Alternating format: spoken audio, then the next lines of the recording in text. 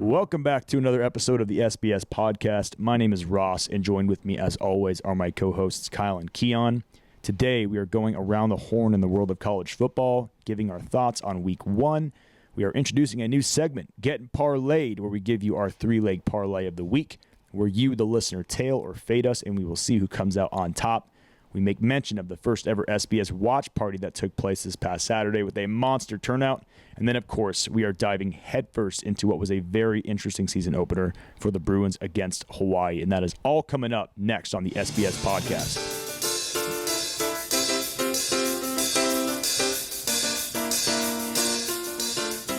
At least we're not Florida State. Yeah. Can we agree on that? Yeah. I mean, imagine having the expectations of a playoff run and then starting 0-2 in standalone games. That's the thing, is that like their misfortune didn't just start this season. You're coming from that fiasco last year where they were very, very vocal about how much they were wronged by the committee, and then I believe they got smacked in the bowl game, but they had like half their team. But I mean, look, it's one thing to drop back-to-back games against the unranked after being like a preseason top 10.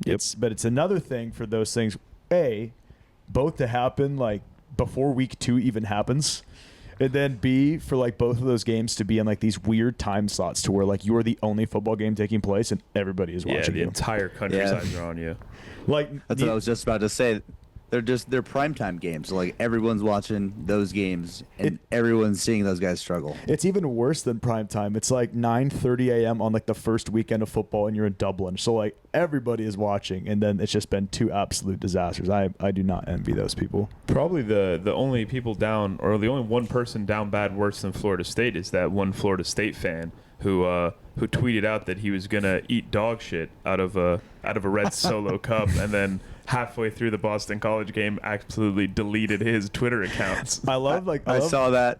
I love the world we live in. Like, you could just not eat the dog shit, but instead he like deletes his accounts and like goes into hiding. I sort of feel bad for DJ Ukulele as well. I mean, you've seen the memes of him online on social media, and like, just ass everywhere, and like, I was thinking DJ should just go back to playing baseball. The dude throws like 95 miles an hour off the mound, and he was picked in last year's MLB draft. Kyle, you'd be one to ask, is it actually like, could he just change careers at this point, go back to baseball? Like, was he good enough?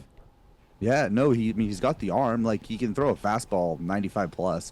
If he just figured out, like, you know, a curveball, maybe 2 other pitches, like, it's not.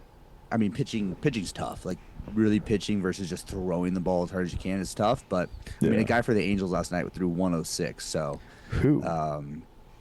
He's a rookie, but sure. Still, yeah. What's the rec for? Wait, 106. It was a record. I was about to say, that was what's the record. The fucking record? Damn. Yeah, that's the record. That's 106. Dude, overall, I thought week 1 kind of sucked. Like, Clemson, Georgia was terrible. Yeah. I mean, you kind of could have seen that coming. Okay, first, can we all agree that college football games just should not take place indoors?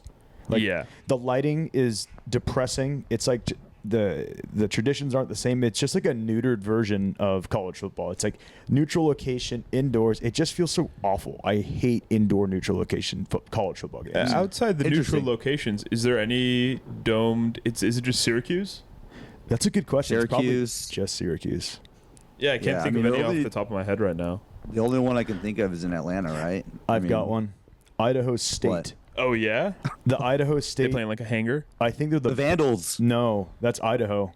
Idaho State, I think, is like the Bengals. And I ran an indoor track meet in that like hangar stadium, and it was, Miami, Florida was bad. Did you see so Miami smacks Florida at the Swamp. After the game, the Miami players are walking off the field, and they have to walk past the Florida recruits, chirping at them, and they like surrounded them. And like the girl that was like, and you know, like everyone knew that like the UCLA girls back in the day, like that would be like the ones that were tasked with like handling the recruits for the day and like walking them around and all this. That the Florida version of that girl was like standing there like playing defense, like leave, like putting Don't talk to them, putting her hand in between like the players' like faces and like the recruits. It was so funny, dude. Like they gotta pay her a bonus. Yeah, you got to think Napier has to be. You know, I don't think he makes the season with the schedule they got, and then going down like that. in the first game of the season at home. I forgot that they have like the undisputed #1 hardest schedule in the country. Yeah, I think they're going to get 2 wins. They play Florida State though, so I've been seeing jokes about like how Florida State's going to be on like Nickelodeon. If UCLA ends up being like a 2-win team, but Florida and Florida State are there with us, that makes me feel a little bit better. Yeah, like, I was going to say, at least we got a win. The top 10 teams is 0-2. It's kind of like one of those moments as a child where like you'd go to like detention, but there was like kind of like a smart kid there with you, like, oh, like that's kind of nice. Eases the pain a little bit. Yeah. Last thing. Okay, actually not last thing. Did you guys watch A&M Notre Dame College Game Day? I watched parts of it because it was at the same time, I believe, as the UCLA game. Oh, that's right. Well, only thing I want to say about that, because I couldn't watch that game, and I watched as much UCLA as I could. But for game day, Lee Corso, I mean, he was a big part of my childhood. He was in all the video games, the mascot head. I could go on and on and on. What they're doing and what they're like permitting is so wrong. Like letting him continue to go up on that stage. It's like, it's almost cruel because he's obviously never going to say no. He clearly loves it, but he's just like not destroying his legacy, but it's just it's sad. It's depressing, man. Like pull the plug on it, or at least just bring him out just for the mascot pick, because to hear him like try and give analysis when he's like 99% not there, it's a really tough watch. And they got a good, transition into. It's not like you're lacking of big names. Lee Corso could easily give the coach title, to Saban. I mean, he's come in and all the memes of him and Pat McAfee after this game day are awesome. The idea, we were just talking about that the other day, dude. The idea of Nick Saban being the heir to Coach Corso and like his charisma is just. That's so backwards, but I guess who knows? Like he's I don't know. Maybe he'll grow into the role a bit more. But him and Pat, I think, have such funny chemistry together, and it's just really must-see TV. Me and Keon the other day were loving Nick Saban and Pat McAfee on stage. What were they singing? Country Roads. Yeah. Country Roads. Yeah, singing Country Roads live. Yeah, because of that, I ended up taking West Virginia to cover the spread against Penn State. I was like, oh, I'm fired up. What does Coach Saban know? And then Drew Aller looked like the real deal, man. I watched that Penn State West Virginia game, and only has me more terrified about that game that we have coming up in Happy Valley in a few weeks. Yeah, man. I think Drew Aller was slept on last year, and like for whatever reason, scapegoated. Both from just like talking like ball with like my friends, people shit on Drew Aller, and same with the media. But like the stats, the kid threw 2 picks all year. I think Penn State's going to be just fine on offense. Totally. Speaking of, someone just mentioned a bet that they won or lost. That would be me. That brings us to our first ever segment on SBS. We're calling it Gettin Parlayed, a nod to a great Bruin podcast that is no longer around. It is defunct, but it is with us in spirit. We're doing Gettin Parlayed, where Kyle, Keon, and myself will be. I don't even know how to. Someone intro this. Giving financial advice. No, definitely not giving financial advice. But yeah, where each of us are going to take one pick for a spread, an over/under, a money line. That's happening over the weekend. We're starting off with college football, obviously. So we're going to build a 3-team parlay between the 3 of us. We're going to obviously announce it here. We're going to bet money on it. And then you guys can choose to either fade or tail us. And we'll post it on Instagram as well, so you guys can maybe see that and make a decision. Now, this is like a Rome wasn't built in a day thing. This credibility here needs to be built brick by brick. So by the end of the season, when we inevitably go 12-0, next season, people are going to be... They're going to be refreshing their Spotify to get the Gettin Parlayed update to see how are we going to get this free money out of SBS. We'll have to put this segment at the very end after we go 12-0, so everyone listens to the whole show. Get some advertisers in here, and then tail Gettin Parlayed at the very end of the episode. That's basic business, man. All right, who's going first? I can start us off. My pick is going to be the Texas spread, which I had at 7. I really like the way Texas played. They absolutely killed their opponent.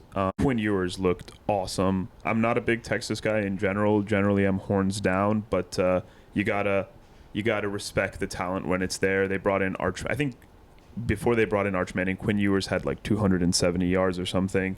They took him out in the third quarter, put in Arch Manning, who also looked great. So the spread's at -7 against Michigan in Ann Arbor. Michigan, me after watching the Connor Stallions documentary, Michigan didn't look great against Fresno State, to be honest. So yeah, I'm high on the Longhorns, and I have them at -7. Props to Fresno State, though, going in and hanging in the Big House for, what, 3 quarters or so? They hung in. That is just what we want to see as a future opponent that I already think we are going to lose to, hanging with Michigan at the Big House. That's fantastic. I love it. Yeah. Let's see. I'm gonna ride with a Big Ten school here. Iowa -2.5 at home versus Iowa State. You know, I think we all know what Iowa's defense is, what you're going to get week in, week out, and they sort of had the tale of two halves, sort of just like the Bruins last week. Cade McNamara looked really good in that second half. I think they ended up winning 40-7 or something like that. So ended up blowing out in their first game, but I think a rivalry game at home -2.5. That's just a field goal. You know, I think the offense looked good. I think the defense is going to be good. I think Iowa State only scored 21 in their first game. So I'm going to go with Iowa -2.5, riding with the Big Ten here, fellas. Are we doing a back to Big Ten thing? That's a good question. I was wondering that. I thought you guys were fading the Big Ten, but I'm back in the Big Ten here. But it's not going to be we're not doing that religiously like we did with back to pack. I wasn't even a back to pack guy. I never was. What? Why? Yeah, I'm still going to support, I like Utah. I'm going to support Utah. I like Washington. I'm going to support those guys just because of our history with them in the Pac-12. If they play UCLA, obviously not, but I hope they succeed just because the amount of disrespect I think that the West Coast teams have been getting throughout the years. I think I will be supporting Oregon and Washington as the, followers to the Big Ten of the 4. Show out for the 4 of us, but USC, I hope they, burn in hell. Never in my life will you ever catch me supporting Oregon athletics, whether it be football or whether it be women's tennis. Absolutely not. Shout out Oregon women's tennis. Speaking objectively. Why is that? Speaking objectively. What they do to you? Speaking objectively, they have the worst fans in the Pac-12. I'm biased because I'm going to say it's either SC or Arizona. But if you just take a step back and look at the Pac-12 fans, with all biases aside, Oregon fans are the most delusional and obnoxious group of people, maybe in college sports. Yeah, I had a funny story actually about that. I traveled to Oregon for a basketball game one time, and in between quarters, they do this thing where they do a bingo. Everybody gets a bingo card on their ticket, and if you don't win the bingo, they crumple up the paper and they throw it at an opposing fan. So I was in a section filled with Oregon fans, and everybody lost, and I just got balls of paper hurled at me. Ross, you're going to tell me that you would rather have an Arizona fan over an Oregon fan? I said all biases aside. I'm saying if you have no past history or bad blood with any teams, which we certainly do with Arizona, I'm saying if you're an outside spectator, it's got to be Oregon. I don't think the average college football fan is going to hate the Arizona Wildcats like I do because of my basketball experiences. Right. That makes sense. I'm taking the Volunteers. Yeah, let's bring it back.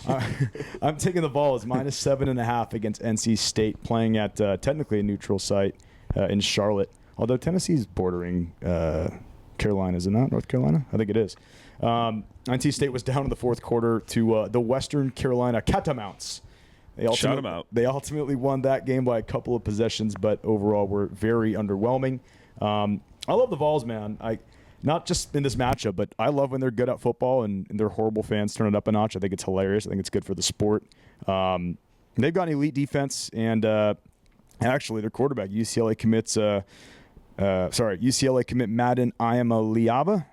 Madden Iamaleava's brother, showing some serious potential at QB, so hopefully Nico, right? Yeah, Nico. Hopefully that bodes well for UCLA's future. Maybe rubs off on Madden a little bit, but I think the Wolfpack gets dog walked. And I'm taking Vols -7.5. I think they're getting spanked. Cool. I'll summarize for our listeners here. So I took Texas -7. Kyle took Iowa -2.5, and Ross took the Tennessee Volunteers at -7.5 for a total parlay slip of +600. +600. So what does that get us? So if you put $10 on it, you'll win 60, which is what we're going to be doing.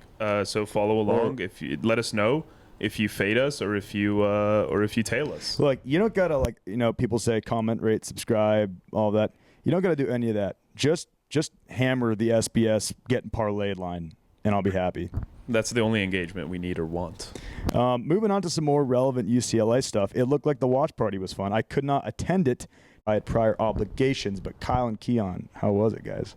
I had a lot of fun. Sure. It was really good seeing everybody in their SBS gear, and their SBS hats, and their Bruin gear, supporting the Bruins. Obviously, it was kind of a sweat, but really enjoyed it. Shout out to Venice Beach Bar and Kitchen for having us, and Sam, our waiter, for providing such good service for us upstairs. It was a lot of fun. What was the what would you say the head count was? 60, 70. Yeah. Dude, I'd say somewhere around there. Shout out to SBS Nation for showing out. That's the first time that we've done any kind of event like that and really done like an organized effort to get SBS followers and just UCLA fans in general together for a game. So to hear that many people showed up, that's honestly so sick, and that's certainly not the last time we're going to be doing that. So we intend to do that basically every away game. Yeah.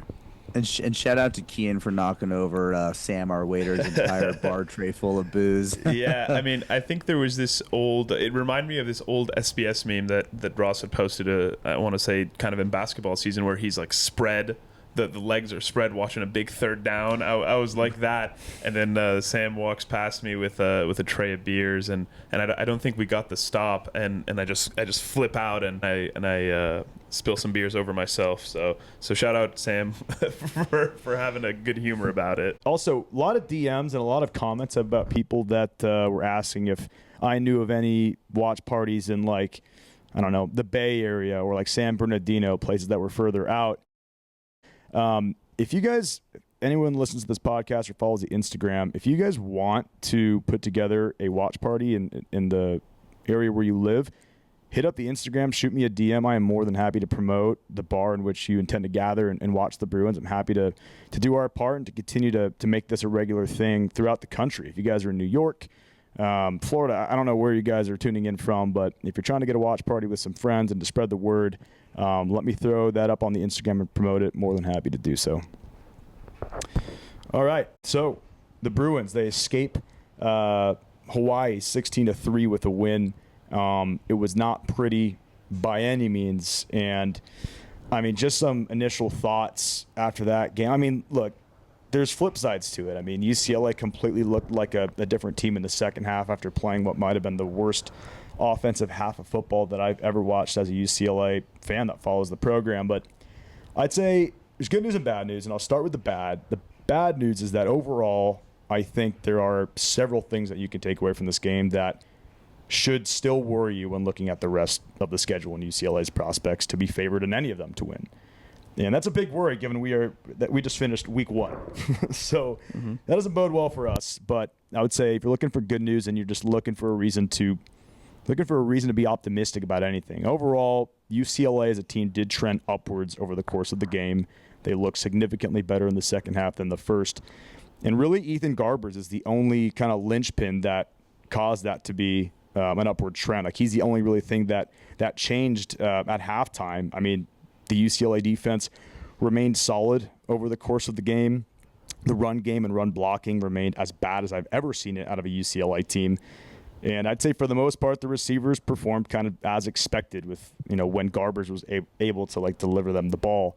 No drops that I can really remember, and guys were mostly able to get open. Yeah, absolutely. I think you hit it spot on, Ross. But, I think the receivers and the quarterback duo in the second half is what we were expecting from the start. I think you talked about the run game. Obviously, you can't go into the Big Ten and have 50 yards rushing and not establish the ground game at all on offense and expect to win football games. I don't think we can lean on our passing game that much within the Big Ten and the defenses that we're going to face. But I think you said it right. The team trajectory throughout the game was up. I don't know if there was some, jitters going into the season. Obviously, Ethan Garbers is a fifth year, so there really should be none of that. Got some experienced guys on offense, so it was an interesting game all around, but we're 1-0. Yeah, you mentioned some of the Garbers experience, and I want to give him credit for turning it around the second half. But that first half, I haven't been that unconfident in a UCLA quarterback for a long time as I was during that first half. He, especially with that pick he threw right on the goal line, and then that pick in the red zone. That was like shades of Kevin Kraft in that first half. Like, no, you hit it right on the head. I mean, for the most part, in recent memory, UCLA has been, I I don't want to say spoiled, but they've had mostly good quarterback play since that era, that weird era in the New Heisel times when they couldn't just have a guy healthy to save our asses. But that first half was as bad of a half as that he could have played. But he did turn it around, and I don't want that to overshadow what I think was actually a really promising showing by the defense. I want to talk a little bit more about the defense and just like taking a look at like the result of Hawaii's drive. So they start the game with a touchdown, but if you watch the game, that touchdown shouldn't have ever happened. UCLA forced a 3-and-out. And then obviously the punt team comes out, and UCLA inexplicably has 9 men out in the field. It's the easiest fake punt you'll ever watch in Hawaii converts, in the drive stays alive. So they do dink and dunk a little bit more after that fake punt and score a touchdown. But I mean, I hate to credit that touchdown to the defense because it should have been a 3-and-out in the first place. Yep. So it starts with a touchdown. Then following that, you've got a turnover on downs, a punt, an interception, a field goal that was also not their fault. I mean, that was actually very impressive that they held them to a field goal given where the ball was intercepted. Immediately after, UCLA had forced a pick. And then after that, it's punt, a field goal, an interception, punt, fumble. I mean, it's Hawaii. I get it, but that's solid, and I can live with that, especially for a unit that just a week ago we were very unsure of when compared to the offense. Yeah, I mean, I'm already hearing out people saying, comparing it to last year, I don't think we can compare it to last year, especially after that performance. But you got to give credit where it's due. It was defensive coordinator Ikaika Malloy's first game, with the headset, 11 tackles for losses, 7 pass deflections, 3 turnovers, and only 3 second half points. It looked good. They kept us in it. They kept the offense in it, and gave them the opportunity to go out and get points and try to win the game. Like, dude, on their own, UCLA's defense, they only gave up 3 points. I'm not going to count the touchdown, and I'm not going to count that last field goal. And if UCLA's offense doesn't come out with a total mulligan of a first half, we don't completely botch our special teams. Like, let's say like UCLA on offense produces in the first half like they did in the second half, and we all knew they could do that against this defense. UCLA could win this game like 32-10, 32-3, and we're not having any of this anxiety about the rest of the season, at least not to this level. Right. I mean, but my takeaway now is that like I'm actually like looking forward to seeing if this defense can now like put together a similar showing next week against a more quality opponent in Indiana. Like, if you're a UCLA fan, this would not be the first time we've been surprised, like pleasantly surprised by a new coordinator. Like, what if Malloy is our next Lynn? Yeah. Just like without the snaky backstabbing part. That'd be great.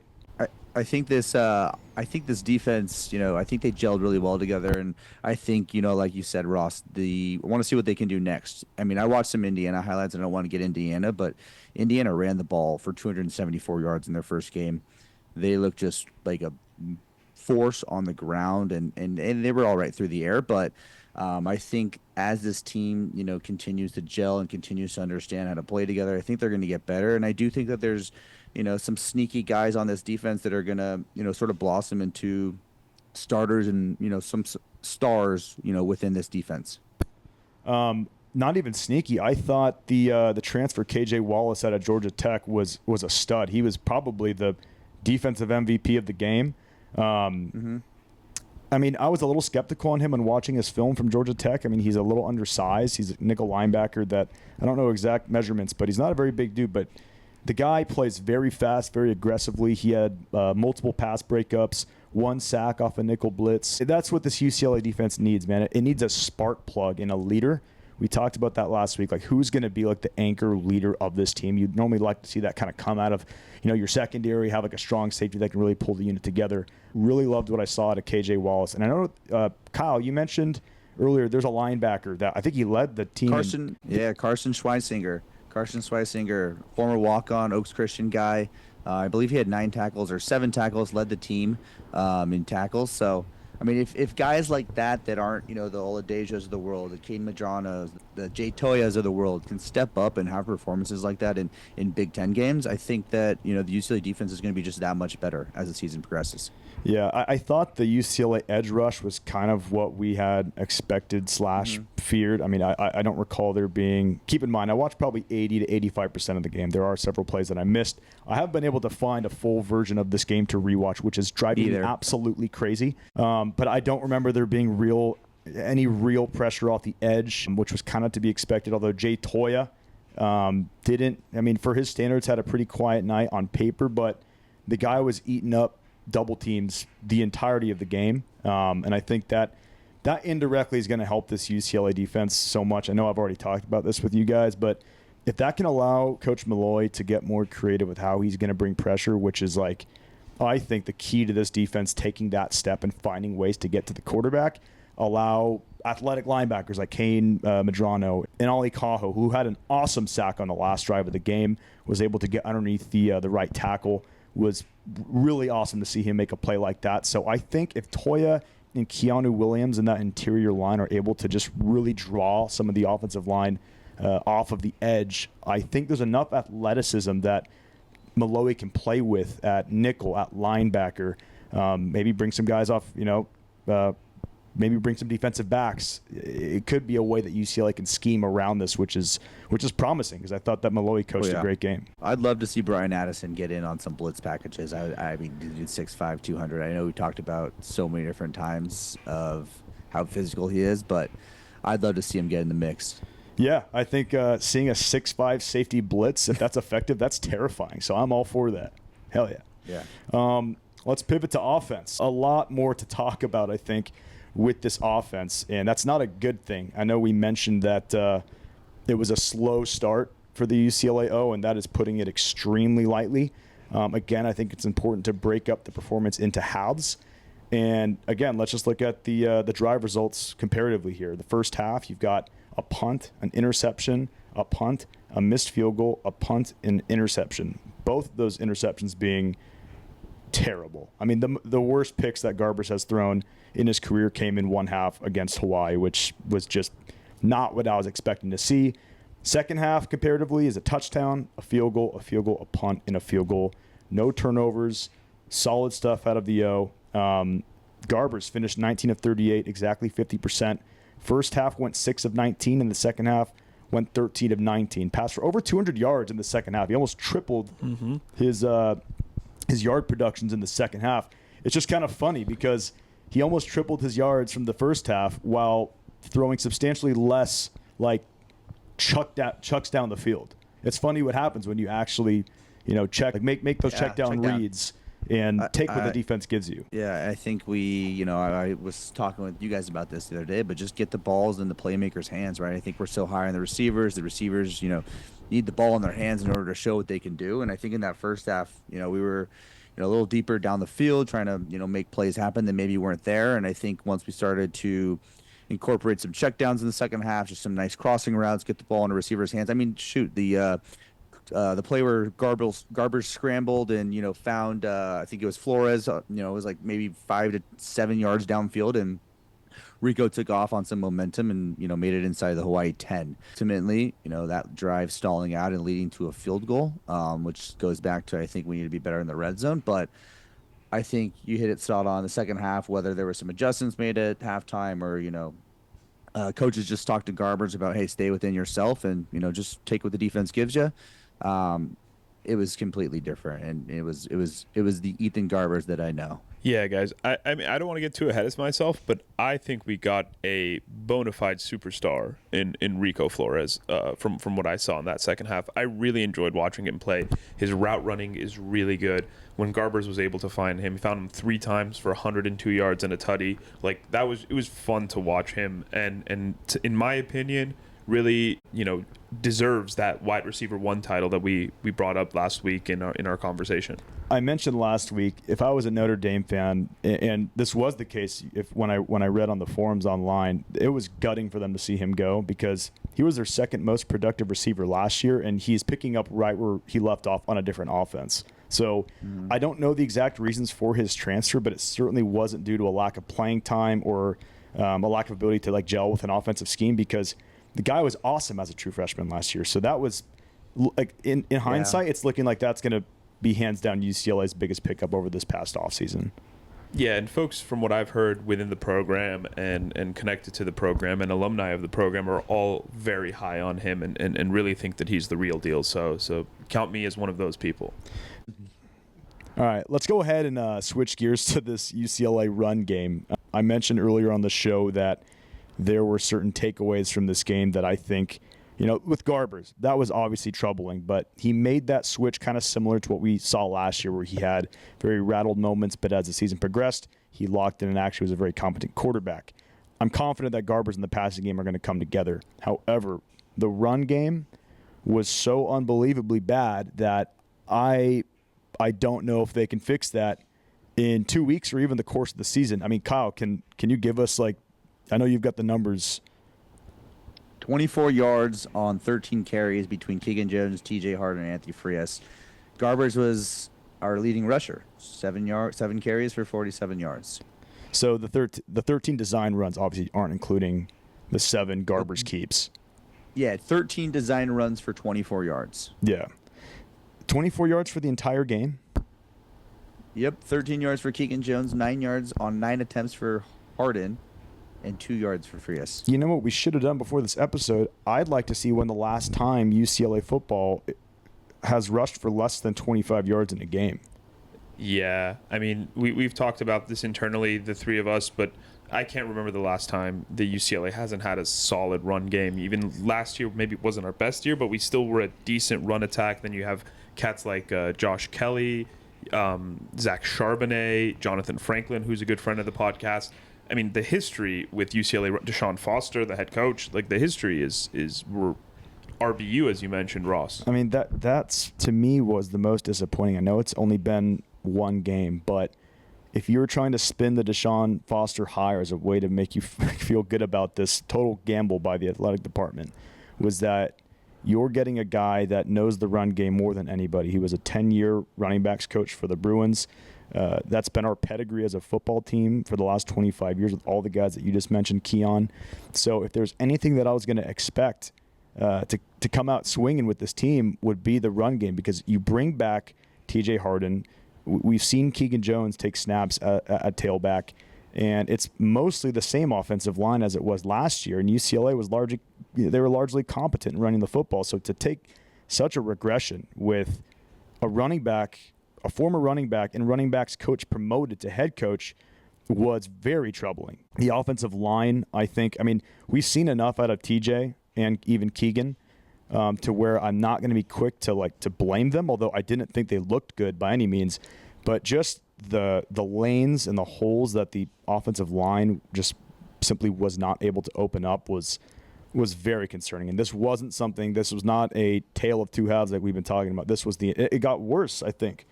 If we could break down the two halves, I think UCLA might have made 5 rushing attempts in the second half for I'd be surprised if they cracked 10 yards. It got worse. I think they just, on the final game-winning drive, I don't think UCLA rushed it or attempted to rush the ball a single time, despite having timeouts. So all in all, that's an area of some serious concern, because this is the Big Ten now, and if UCLA can't run the ball, it won't win a single. If it can't improve the run game from that performance, UCLA won't win a single game for the rest of the year. I mean, I don't think there's anything else to say, right?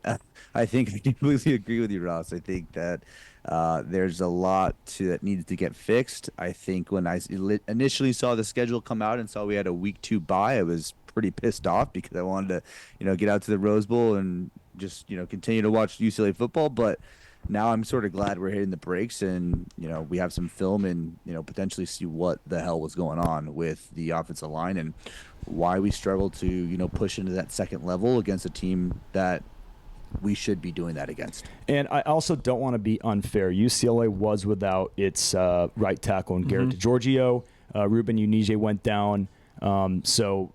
Who both will be back for Indiana, according to Deshaun. According to Deshaun, they will both be back by Indiana. So there is that to look to. Although what was most troubling for me in the offensive line with the run game was from guard play. I thought that Alani Makahili really struggled against the run. I've mentioned my concerns with his mobility in a prior episode, and his pass pro was solid. I think that really plays into his strength as just kind of like that brick wall that Garbers can use as a line of defense, because he's just such a big man. But when you're run blocking, whether it's zone blocking or counter or power, that requires you to move your legs and advance into the into the second level of the defense, or even pull to the other side of the line. And that's just, you're not going to get that out of Makahili. I don't know. I don't know if there's guys that can plug and play and find a different way to make this work, but the broadcast brought it up. It was so bad that the CBS broadcast was talking about the right guard situation, which I've never seen before in a football game.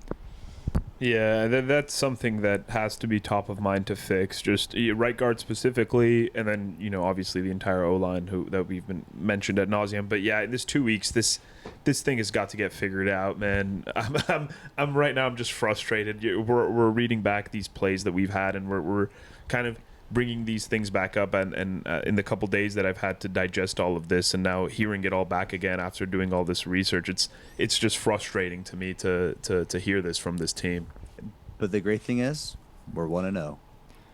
We are 1-0. It's, as a fan, I want to be optimistic. It doesn't feel like 1-0, to be honest with you guys. Well, we could be Florida State. That's true. Well, here's one more thing that we haven't talked about, and I hate to end on a bad note, but I mean, look, there's a chance the run game comes together. I don't know if it takes DeGiorgio coming back, and if Garbers can play consistently and the defense plays as it did against Hawaii. All those things could happen.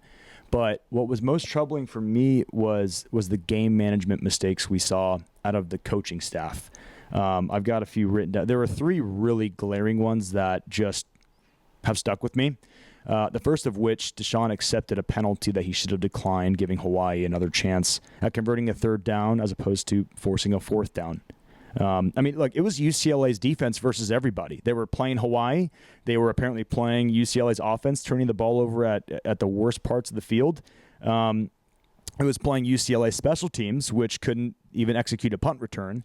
And then apparently it's facing off against Deshaun Foster and his staff, who are accepting penalties, forcing them to get off the field again on a 3rd and short. You stop a team on 3rd down, that's a reason to celebrate.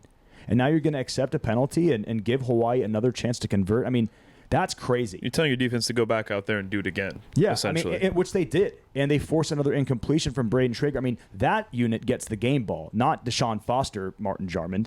Next is you've got, let's see, there was a Hawaii drive. No, UCLA. So UCLA has the ball on the first drive. He elects to punt on a 4th and 5 situation from the Hawaii 44. Yeah. I mean, This is 2024. The game has evolved from an analytical standpoint to where we look at these types of plays strictly from an analytical standpoint. And I know he knows the team better than anybody, but in that specific situation, if you're going to punt, and we clearly don't even have a really good punter, it shows that there's a certain lack of, is it football awareness? I don't know what to call it. But that's troubling. And then I want to mention the 3rd one. Deshaun elects to attempt a 52-yard field goal from the Hawaii 34 rather than attempt a 4th and 4. My mom could have told you that he was going to miss that kick from 52 yards. I mean, that 10 times out of 10, you attempt to convert that on 4th down. It's not 4th and 8. It's not 4th and 10. It's 4th and 4. It's 4th and short. You go for that every single time. These were the concerns that a lot of us had, man, when we basically promoted a running backs coach to learn on the job. Like, this is what happens. Yeah, I mean, I agree, Ross. I think there are some game management things that need to definitely be. I mean, you go back to the special teams and the fake punt, right? We got 9 guys on the field because I forget what was the issue. Two players couldn't put on their jerseys. Yeah. Yeah. I mean, we got a wardrobe issue. Like, what's going on here? Where's the timeout? Like, call it timeout. If we're having wardrobe issues, it's time. It's time to call it timeout. It's just things that you like at this level of football. It really is befuddling. No, it's fair. No. As a former analytics guy, both things that you mentioned, definitely it doesn't take a supercomputer to tell you that you need to go for it in no man's land on those. I think the number is around that area of the field is like 4th and 9. Anything inside 4th and 9, which is essentially just a full set of yards, you go for it. Yeah. It's like blackjack, right? You hit on 14 and whatever the dealer's facing, right? Well, same thing. Kyle, I was actually showing Keon right before we started today. After practice, the YouTube videos have been posted of Deshaun's interview after practice with the media. And his body language is way different this week. I mean, as of today, than it has been in these post-practice interviews at Spalding Field. I mean, it was arms folded, making no eye contact with any member of the media, like almost one-word answers. And I don't know if he's been reading what's out there, what's been said about UCLA's performance after the game, but it was like pushing standoffish. And like It was a little condescending Really? too with some of the answers. yeah, he like was being almost kind of sarcastic at times, and it was not a good look and really like upsetting to see. Like coming off that performance, you want to see a coach that's lighting a fire under his own ass to turn this around.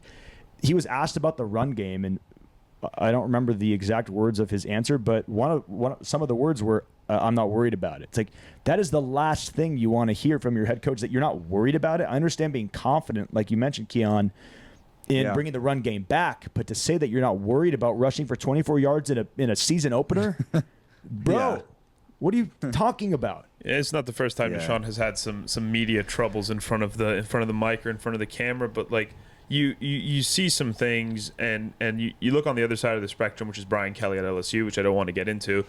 He is media trained. I don't want this excuse of that he's a first time head coach. He's not media trained. He's a head coach at a major school. He's spent a lot of time in the NFL. He was about to be an NFL coach. This guy's media trained. He knows how to handle questions that criticize him. And I also don't think it comes from a place of not caring. Like, I don't want to attack Deshaun personally and say he doesn't care about this job.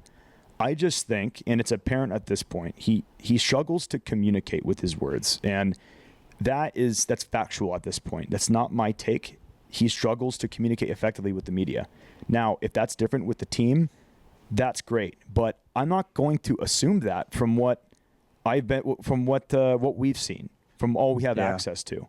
And that to me is troubling. And I'm tired of hearing, well, that doesn't matter because he's a football coach. Because no, communicating is a big part of the job, whether it's talking to the media, selling the program, speaking with recruits, speaking with donors. You know what I mean? These things matter. And, how are we going to convey a game plan and address a room of 90 men that you're leading to coach a football team? Like, these things are important. And I mean, team play aside, that's what's been keeping me up since the Hawaii game. It was just the game management stuff, the media stuff. It's everything I feared when Martin Jarman made this decision to hire Coach Foster. And I hope that he turns it around. And I absolutely hope the best for Deshaun to right this ship. But as of right now, I don't think the signs are looking good moving forward. Yeah, I mean, I think that UCLA football, we all had questions when Deshaun Foster was hired. I think that there are a lot of people around him that are going to be there to help him succeed. So I think that he's got the help, right? He hired Bieniemy, coming from the NFL. There's support around him. So I don't want to, get too, I understand it's an issue, Ross. I see where you're coming from, but I do think that, we got to cut him some slack. I think he's still, learning on the job. We're going into the Big Ten here. That's precisely my issue, is that it's a learning on the job. Yeah. And look, I don't blame him for taking the job. Hell, this is a once in a lifetime opportunity for Deshaun, and he takes that job 10 times out of 10, as he should. It ultimately comes down to the leadership that puts him in that position, and that's Martin Jarman. And that's who I ultimately have the biggest problem with as it stands right now. Look, let's say we win out for the rest of the season and I eat crow. That's best case scenario. My professional opinion is that it won't. That's not how this is going to play out. So, yeah. Yep. Anything else, boys? Sorry. I wanted to give it. I've been carrying on. I want to shout out special teams, kicking specific here. Mateen Bagani going 3 for 3, Big Ten specialist of the week. I mean, absolutely put in the pigskin through the uprights. I think that's something that we were really missing last year. Yeah, I mean, he won us the game. He had a game-winning field goal, transfer in from Cal. I don't know why he didn't start. Really happy that he ended up taking over the field goal duties, obviously, and really, yeah, shout out Mateen. Let's we want to hook him up with some merch, maybe get him on the pod. Mateen, your name, Moneybags, is too marketable for us to not talk business, buddy. You know where to find me, at the Secret Bruin Society on Instagram. You can find us on this podcast on Spotify, Apple Podcasts, and YouTube. That's all we got for you today. Thanks for tuning in, and we're going to be back at it next week, next Thursday, to talk the Indiana Hoosiers in what is going to be the most critical game thus far in the UCLA 2024 football season. Thanks again for tuning in. See you.